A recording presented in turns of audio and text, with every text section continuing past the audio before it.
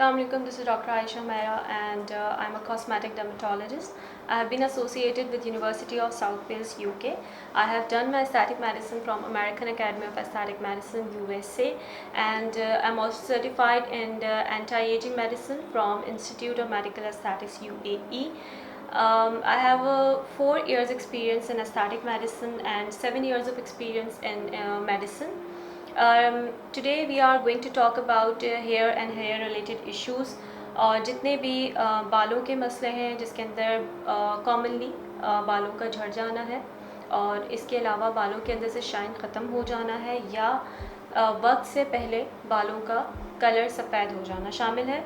और इन तमाम मसलों को आज हम एक छोटे से क्लिप में आप लोगों के साथ डिस्कस करेंगे और उनके मसाइल के हल के बारे में भी आपको बताएंगे।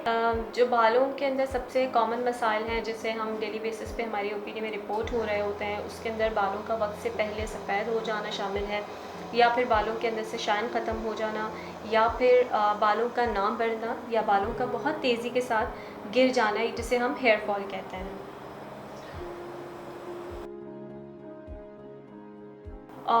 बहुत सारे कॉमन इश्यूज़ जो हमें रिपोर्ट होते हैं उसके अंदर हार्मोनल इम्बैलेंस आ जाता है। अब वो कौन कौन से हार्मोनल इम्बैलेंसेस हैं जो कि हमारे हेयर फॉल को अफेक्ट कर रहे होते हैं।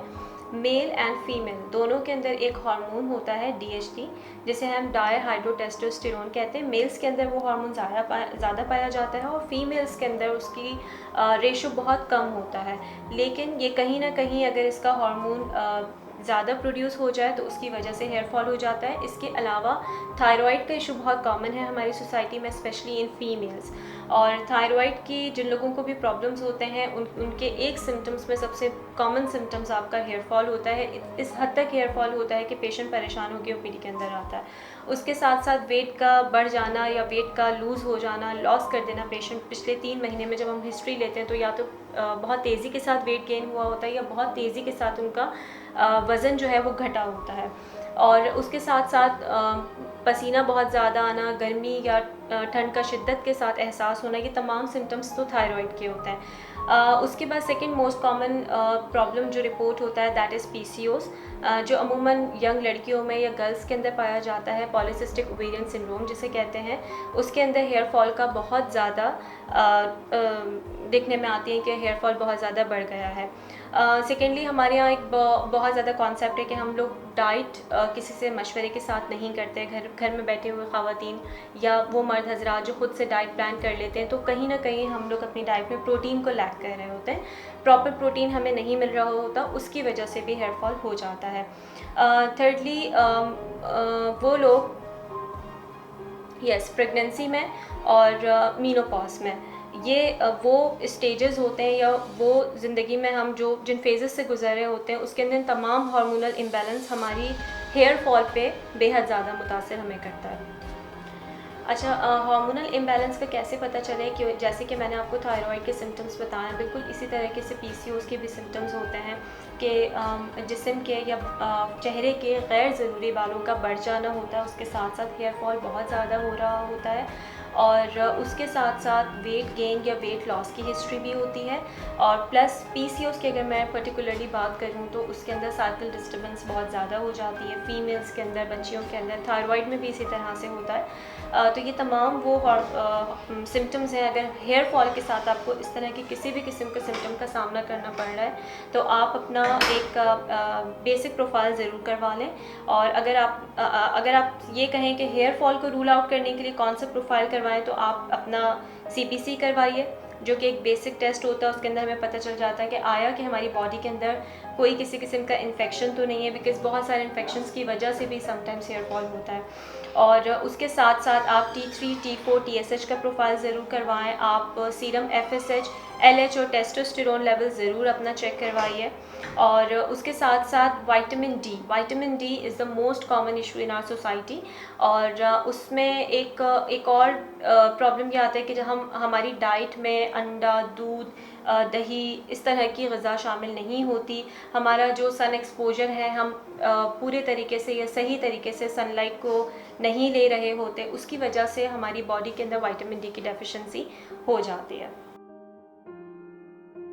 प्रीमेच्योर ग्रेइंग ऑफ हेयर, वक्त से पहले बालों का सफ़ेद हो जाना, और अमूमन ये होता है, हमारे यहाँ कॉन्सेप्ट ये होता है कि अगर बालों का वक्त से पहले सफ़ेद हो रहे होते हैं तो हम उसको ये समझते हैं कि या तो ये फैमिलियल है और या फिर ये किसी को किसी एलर्जी या नज़ला ज़ुकाम की वजह से हुआ है।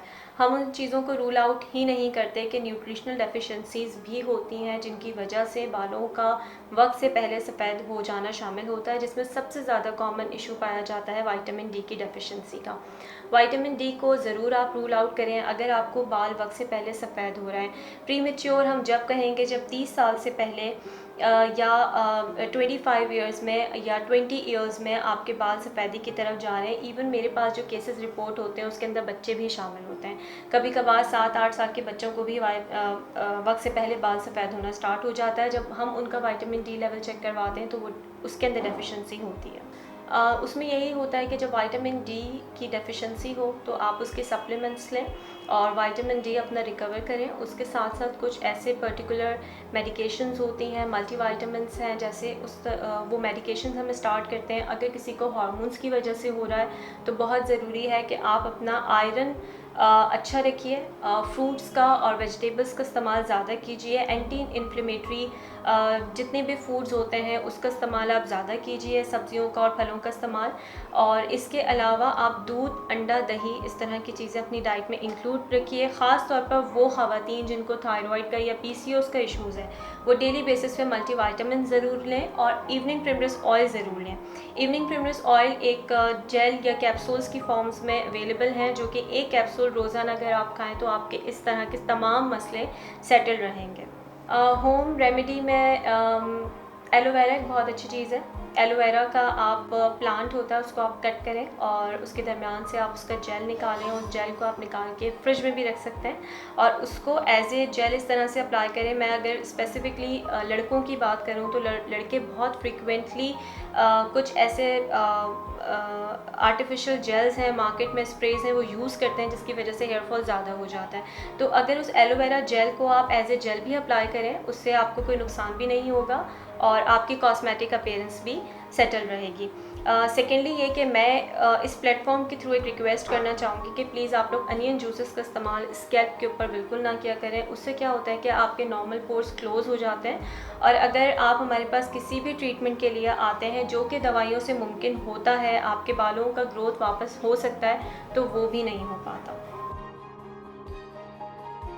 अब मैं आऊँगी आपको वो ट्रीटमेंट्स जो हम अपने क्लिनिक्स पर करते हैं। उसके अंदर आप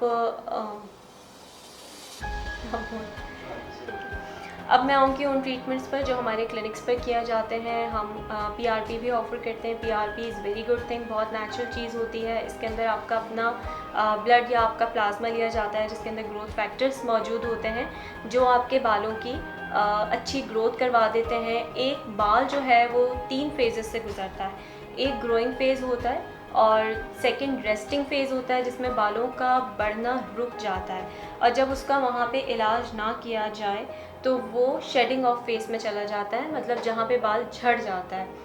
तो पीआरपी आपके वो बाल को वापस करता है जो शेडिंग फेस में जा चुका है, झड़ चुका है, उसको वापस से लेकर आता है। बाकी कुछ ऐसी मेडिसिन्स होती हैं, जैसे पहले हम माइनॉक्सिडिल देते थे, अब जो है वो कुछ ऐसे फार्मूलाज आ गए हैं जैसे सो पाल्मेटो एक्सट्रैक्ट्स हैं या बाइकेपिल है या प्रोकेपिल हैं। इस तरह की फॉर्मुलेशंस जो हैं वो आपके हेयर फॉल को भी बेहतर करती हैं और आपके बालों को स्ट्रॉन्ग भी करती हैं। स्पेशली वो लोग जिनको हार्मोन्स के इश्यूज़ हैं और वो कंटिन्यूस उनको प्रॉब्लम बॉदर कर रहा होता है, उनके लिए ये ट्रीटमेंट्स बहुत ज़्यादा सूटेबल हैं।